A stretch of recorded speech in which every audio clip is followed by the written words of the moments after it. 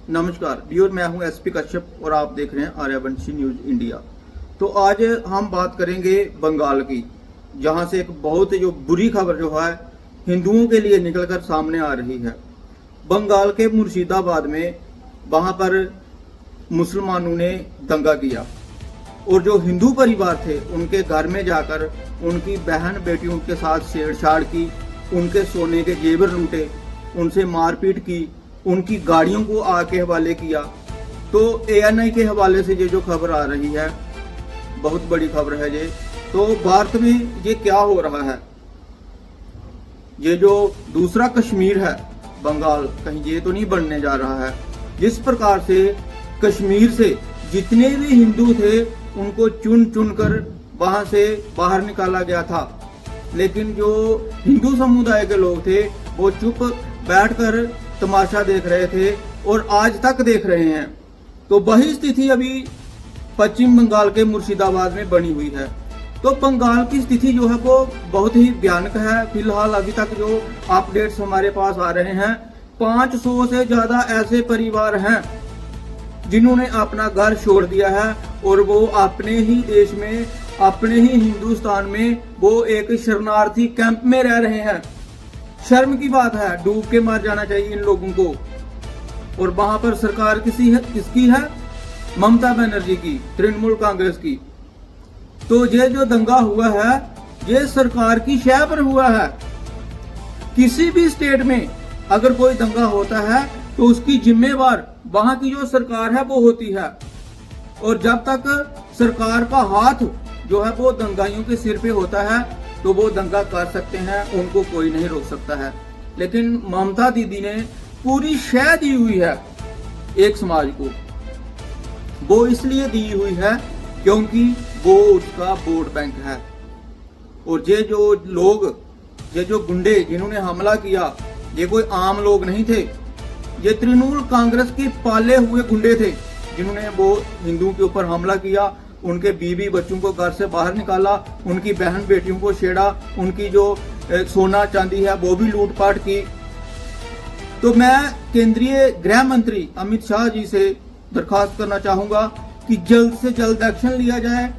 और ये जो उन लोगों ने वहां पे दंगा किया है बाप संशोधन बिल के खिलाफ, ये जो बाप संशोधन बिल है ये भारत में बनेगा।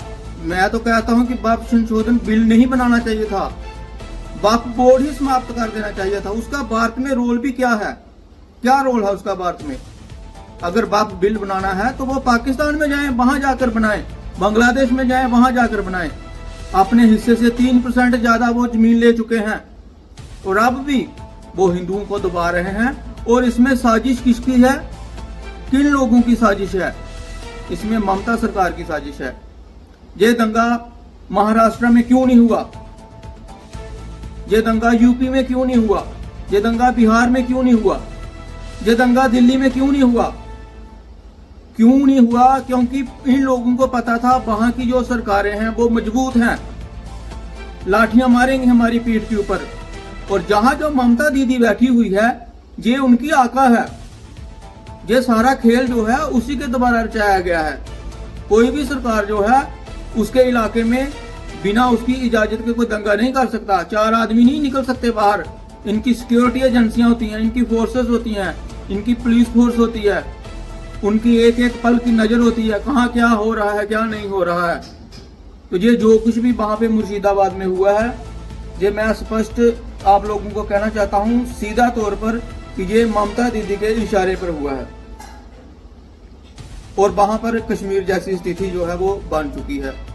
तो अभी जो सरकार है केंद्र में वो भारतीय जनता पार्टी की सरकार है, मोदी सरकार है, जो कि हिंदुओं का पक्ष रखने वाली सरकार है।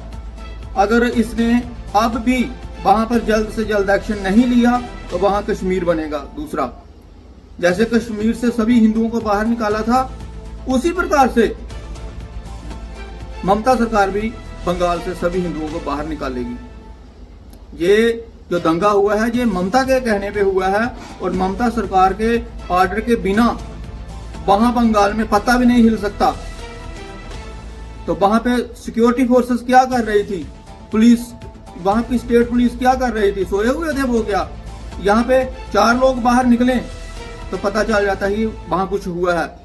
तो वहां 500-600 लोग उजड़ गए, परिवार वो शरणार्थी कैंप में आकर बैठे हुए हैं। और ममता दीदी को इतनी भी शर्म नहीं आई कि मैं किसी को बोलूं, सेंटर में ही कहूं, सेंटर से मैं फोर्स मंगवाऊं इस दंगे को रोकने के लिए। तो ये जो सरकारें हैं, ये जो स्टेट की सरकार है बंगाल की, ये सारा खेल जो है किसी के कहने पे हुआ है। तो मैं सबको यही कहना चाहूंगा कि जिस प्रकार से इनकी आबादी है भारत में, अगर ये लोग खड़े हो गए तो फिर जहां जहां भी आप बैठे हो, आप लोगों को पकड़ पकड़ कर घर से बाहर निकालेंगे। अभी भी वक्त है, समझ जाओ और एक हो जाओ। ये जो आप लोगों ने दीवारें चुनी हुई है ना, वो फलाना है, वो फलाना है, वो फलाना है, जब तक आप लोग इसको खत्म नहीं करोगे तब तक आपके साथ ऐसा ही होता रहेगा। तो ये जो जाति पाति की दीवारें हैं छोटी बड़े की, ये मिटाओ, एक हो जाओ। अगर इन लोगों को आपने सब कुछ खाना है या इन लोगों के साथ रहना है, इकट्ठे हो जाओ और एक साथ आ जाओ। तो जो भी सरकार है, जो भी नेता है, जो आपके धर्म का पक्ष लेता है, उसके साथ खड़े हो जाओ। जय हिंद।